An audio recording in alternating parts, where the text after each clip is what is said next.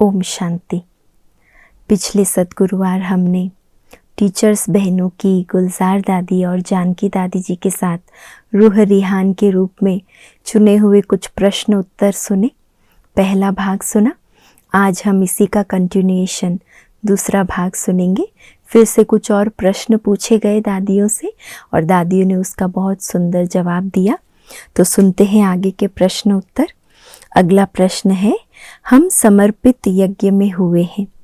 यज्ञ से हम सेवा स्थानों पर सेवा करने के लिए गए हैं, परंतु जैसे दादियों को ये कभी विस्मृति नहीं होती, इसलिए जो कुछ उन्हें मिलता है उन्हें पहले यज्ञ याद आता है, पीछे सेवा केंद्र।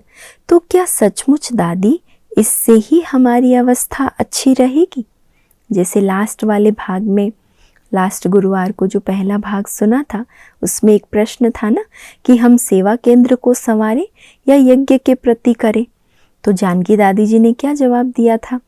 आप जितना यज्ञ को करोगे, यज्ञ के प्रति भावना रखेंगे और अनेकों को रखाएंगे, आपका खाता कभी खुटेगा नहीं, आपकी भंडारी कभी ख़त्म नहीं होगी और बाबा बरकत करता जाएगा। और मम्मा इसका नंबर 1 एग्जाम्पल है। तो इस प्रश्न का भी गुलजार दादी ने ये जवाब दिया है उत्तर के रूप में। गुलजार दादी कहती है, वैसे भी गाया हुआ है कि ब्राह्मण कहाँ से पैदा हुए। हमारा सर नेम ब्रह्मा कुमारी है, तो यज्ञ रचा ब्रह्मा बाबा ने और हम ब्राह्मण यज्ञ की रचना है। ये हमको स्मृति है तो नशा भी रहेगा और सर्विस करने में भी उमंग आएगा। बाबा यज्ञ में मधुबन में रहते थे, तो हमारा बाबा से प्यार है माना यज्ञ से प्यार है। बाबा में ही यज्ञ समाया है ना, बाबा है तो यज्ञ है, तो बाबा से प्यार माना यज्ञ से प्यार। अगर बाबा से प्यार कम है, पैसे से प्यार है, तो फिर वो देखेंगे कि मैं अपना सेंटर चलाऊं या यज्ञ में भेजूं। लेकिन अगर बाबा से प्यार है तो बाबा यज्ञ को चला रहा है और मेरा बाबा से प्यार है तो मैं कहाँ भेजूंगी? यज्ञ में ही भेजेंगे ना। यज्ञ में भेजने से यज्ञ सफल होता है। कितनी सुंदर बात है ना। बाबा से यज्ञ है तो बाबा से प्यार माना यज्ञ से प्यार। लेकिन अगर पैसे से प्यार हुआ तो बुद्धि में क्या आएगा? ये तो मेरे सेंटर के लिए ज़रूरी है, मैं यज्ञ में कैसे भेजूं? तो इसीलिए दादी कहती है यज्ञ में भेजने से यज्ञ सफल होता है। हमारा यज्ञ से प्यार कम है और सेंटर से प्यार ज़्यादा है, इसलिए पहले सेंटर भरे। सेंटर को तो चलाना है ना। ये सब ख्याल जो आते हैं तो मैं समझती हूँ कि बाबा से प्यार की कमी है। बाबा से प्यार है तो बाबा के यज्ञ से भी प्यार होगा। बाबा से प्यार कम तो यज्ञ से भी प्यार कम है। हमने ये भी देखा है कि जो भी यज्ञ में करता है उसका सेंटर सदा भरपूर रहता है, उसको कोई कमी नहीं आती, क्योंकि कायदे मुजीब चलने से सब कुछ अच्छा रहता है। यज्ञ हमारा है, हम यज्ञ के हैं, तो बड़ा घर ज़रूर याद आएगा। और ये देखा गया है, जिन्होंने यज्ञ के लिए सोचा है तो यज्ञ माना बाबा फिर उनके लिए सोचता है। बाबा याद आएगा और बाबा का घर याद आएगा। इससे अवस्था अपने आप अच्छी रहती है, मेहनत नहीं करनी पड़ती है। कितना सुंदर गुलजार दादी ने जवाब दिया। अगला प्रश्न, दादियों जैसी सब में यज्ञ के प्रति भावना जागृत हो जाए, उसके लिए क्या करें? कई बहन भाई हैं जो अपनी बड़ी दादियों तक पहुंच भी नहीं सकते, तो वो कैसे प्यार और पालना ले और यज्ञ के प्रति उनका आकर्षण कैसे बढ़े? यज्ञ मेरा है, मैं बाबा की हूँ, ये भावनाएं जागृत कैसे हो? कई बार होता है ना, बहुत छोटे जगहों से, छोटे छोटे गांवों से भाई बहनें आते हैं मधुबन में, लेकिन दादियों से तो मिलना उनके लिए पॉसिबल नहीं हो पाता था। तो ये प्रश्न पूछा गया, उनमें ये भावना कैसे लाएं? तो इसका उत्तर जानकी दादी ने दिया। ये स्थूल बात नहीं है। स्थूल में आते हैं तो अपेक्षाएं रखते हैं। सूक्ष्म है, कई ऐसी आत्माएं हैं, इतनी अच्छी भावनाएं रखी है जो ऐसी भावना से उनके स्थान भी अच्छे चल रहे हैं, खुद भी बाबा के प्यार की शक्ति से चल रहे हैं, इतने ईमानदार हैं जो अपने प्रति एक पाई भी खर्चा नहीं करेंगे। भले दादियों से मिले नहीं होंगे, लेकिन ईमानदारी, सच्चाई, सफाई, वफादारी इतनी है जो बाबा कहते अपने प्रति एक पाई भी खर्चा नहीं करते। गुप्त कमा कर अपना किराया कई सालों से दे रहे हैं। जो एक नामी और इकोनॉमी से चलने वाले हैं, उनके लिए बरकत है, उनको कभी कमी नहीं होती है। कई नए बाबा के बच्चे पुरानों से भी अधिक ईमानदारी और वफादारी से चल रहे हैं। जितना ज़्यादा पुराने होते हैं ना, कई बार हम यूज्ड टू हो जाते हैं, चलाने लगते हैं, हाँ ठीक है चलता है ना, हम तो बहुत पुराने हैं, अपने आप को ऐसे दिलासा देने लगते हैं, गलत को भी सही करने लगते हैं। तो बाबा कहते जो नए बच्चे होते हैं उनमें पुरानों से भी ज़्यादा सच्चाई, सफाई, ईमानदारी, वफादारी होती है। तो भगवान के घर में जो आज्ञाकारी, वफादार और ईमानदार है, उसके लिए सब सहज है। भविष्य की बात तो पीछे है, अभी जिसने जो किया सो पाया। दूसरा जो मैं करूँगी मुझे देखकर और करेंगे। छिपता नहीं है, इसीलिए खुद को खबरदार रखना है। कितनों से भी छुपा लो, पर आप खुद से और बाबा से तो कभी नहीं छुपा सकेंगे, इस ड्रामा से तो छुपा नहीं सकेंगे। तो इसीलिए बहुत खबरदार रखना है। इसमें नए पुरानों की बात नहीं, यह है आज्ञाकारी, ईमानदार, वफादार रहने की बात। कोई भी रह सकता है। वफादार माना श्रीमत पर चलना, ज़रा मनमत नहीं, ज़रा कोई परमत का प्रभाव नहीं। एक बाबा दूजा न कोई। वफादार माना कौन हुआ? श्रीमत पर चलने वाला। एक बाप दूजा न कोई, ज़रा भी परमत या मनमत का प्रभाव नहीं। ईमानदारी से सच्चा पोता मेल बाबा को दिखाना, भगवान का ईमानदार बच्चा बनना, उसके रिटर्न में सदा संतुष्ट तृप्त आत्मा है। अच्छा, अगला प्रश्न है, आपने ऐसा कौन सा गुप्त गहरा पुरुषार्थ किया है? ये प्रश्न गुलजार दादी से पूछा गया, जिससे आपकी ये स्टेज आज हम सब अनुभव करते हैं। आपको देखने से लगता है कि जैसे हम बाप दादा से मिल रहे हैं। तो गुलजार दादी ने उत्तर दिया, मैं समझती हूँ कि मेरा अटेंशन है। खुद पर दादी कहती मेरा अटेंशन है, लेकिन अटेंशन के साथ एक मुझे जैसे बाबा ने भाग्य भी दिया है। भगवान का रथ बनने का भाग्य मिला।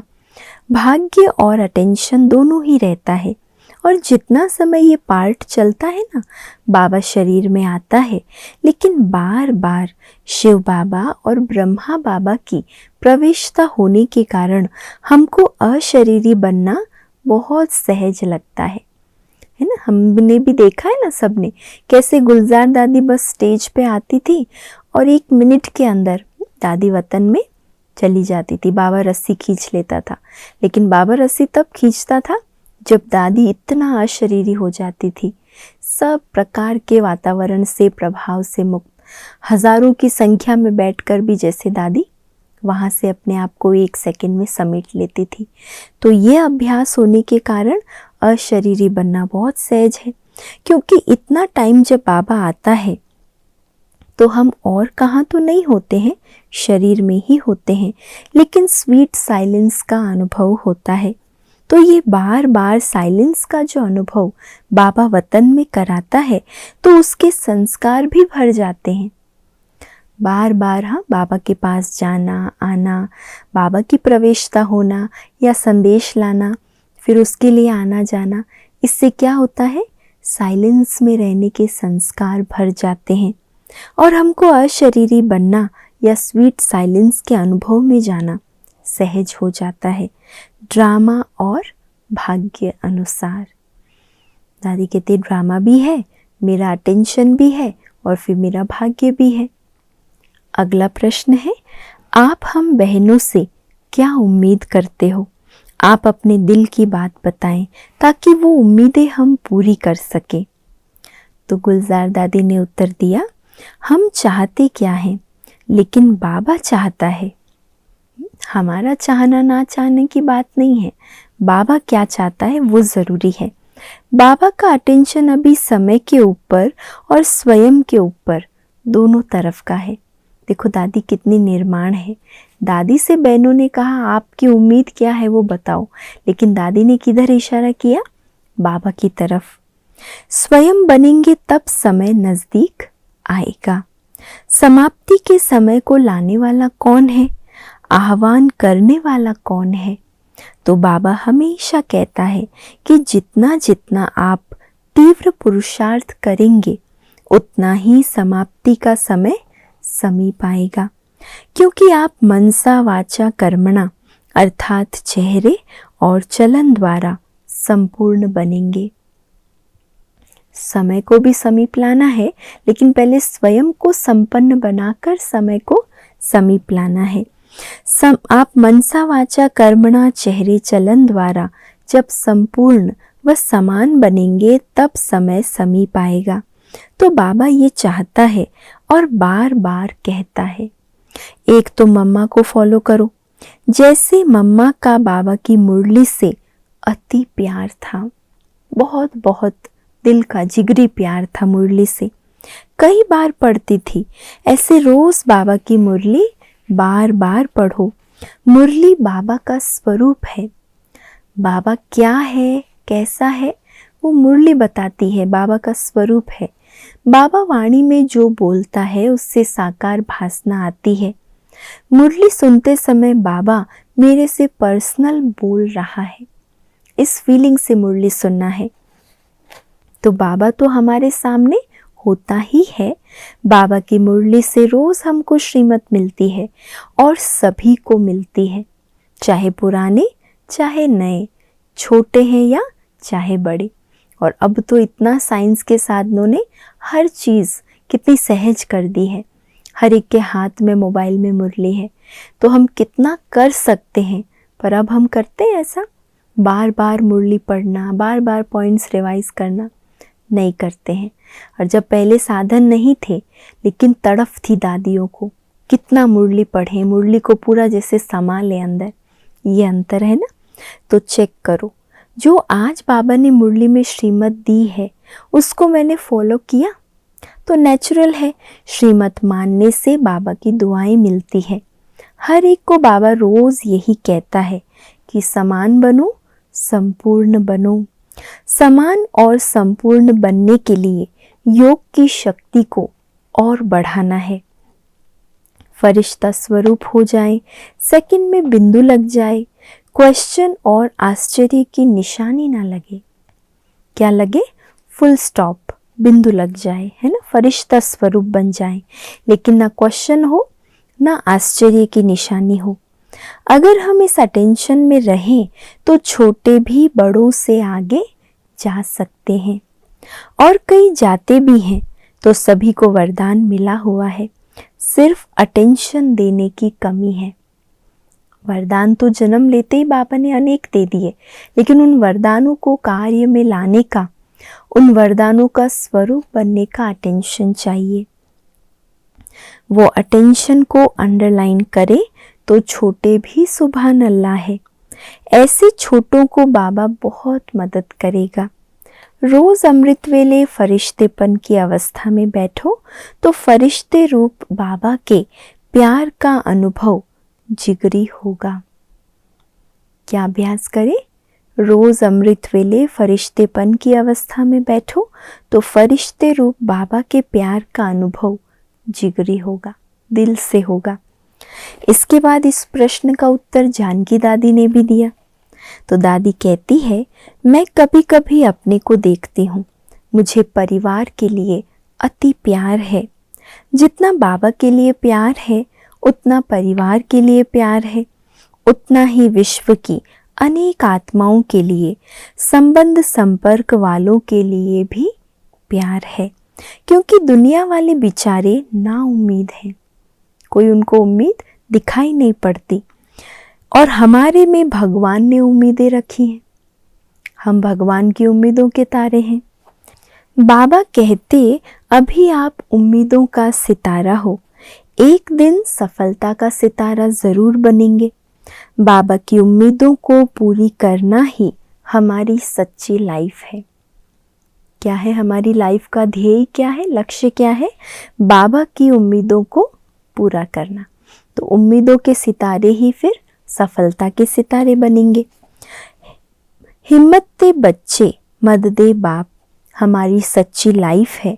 सच्ची दिल पर साहब राजी, नीयत साफ, मुराद हासिल, ये लाइफ है। कभी नहीं कहेंगे मैंने किया, बाकी हिम्मत ज़रूर रखी है, हिम्मत से हार नहीं खाई है। सच्चाई है तो विश्वास है कि हुआ ही पड़ा है। स्थिति हमारी तो मदद बाप की। बाबा मदद करेगा अगर आप स्थिति बनाएंगे। ये हर एक कर सकता है। तो हमारी भावना यही है कि जो बाबा कराना चाहता है वही आप सब करेंगे। ऐसा है ना? बाबा और ड्रामा में हुआ ही पड़ा है, पर संकल्प करेंगे करना है तो अब। क्या संकल्प हो? दृढ़। बाबा कहता है ड्रामा में हुआ ही पड़ा है, बस आपको करने की देरी है। और आपको क्या करना है? दृढ़ संकल्प करना है कि अब, कब नहीं अब। कल किसने देखा है? तो बुद्धि क्लीन हो, लाइन क्लियर हो, एक बाबा दूसरा न कोई। किसी को नहीं देखो, क्योंकि हर एक का ड्रामा में पार्ट है। तुमको क्या करना है? ओटे सो अर्जुन। मुझे क्या करना है? मेरी नज़र सिर्फ मेरे ऊपर रहे, इधर उधर दाएं बाएं आगे पीछे नहीं। जो करना है अब कर ले। इसमें पुरानी नयों की बात नहीं है, बुद्धि से समझ कर करने की बात है ना? पुराने हैं, हमसे बहुत साल पहले से आए हैं ज्ञान में, उनके हम बराबर कब आएंगे? बाबा कहते ना पुरानों नयों किसी की यहाँ बात नहीं है, यह है बुद्धि बल की बात। बुद्धि में जैसी बात रखेंगे वो होगा, जो संकल्प जैसे करेंगे वो साकार होता है। इससे बाबा से आत्मा में नई ताकत आती है। इसीलिए शरीर में आत्मा बैठी है, वो भी निमित्त मात्र। अपनी नेचर नेचुरल बाप समान बनाओ। हमारी नेचर सतो प्रधान बन जाए तो प्रकृति के तत्वों और आत्माओं को सबको मदद मिलेगी। हम आत्माओं को तो सतो प्रधान बाबा बना रहा है। हम आत्माएं प्रकृति को सतो प्रधान बनाएंगे तब ही सतयुग में राज्य करेंगे। उसके पहले जरा भी, सतो प्रधान बनने के पहले जरा भी रजो तमो हमारे अंदर मिक्स ना हो। ये अपने आप को चेक करके सतोगुणी बने और सतो प्रधान बन जाएं। हमारा स्वभाव भावना वाला ऐसा हो जो कंप्लीट, ऐसा स्वच्छ हो जिससे अनेक आत्माओं के मक्खी मच्छर जितना भी कोई माया का अंश ना रह जाए।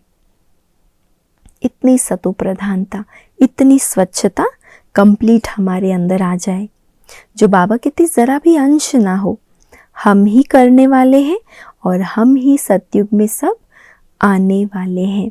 तो जो कुछ कर रहे किसके लिए कर रहे? हमारे अपने लिए ना, हमारे भविष्य राज्य अधिकार के लिए कर रहे हैं। इसीलिए खुशी खुशी से, उमंग उत्साह से, हिम्मत से करना है। कभी हिम्मत को छोड़ना नहीं है। तो ये थे कई सारे अलग अलग प्रकार के प्रश्न जो टीचर्स बहनों ने गुलजार दादी और जानकी दादी से पूछे, और दोनों ही दादियों ने बहुत ही सुंदर गहराई से और सरलता से इन प्रश्नों के सुंदर उत्तर दिए। अच्छा, ओम शांति।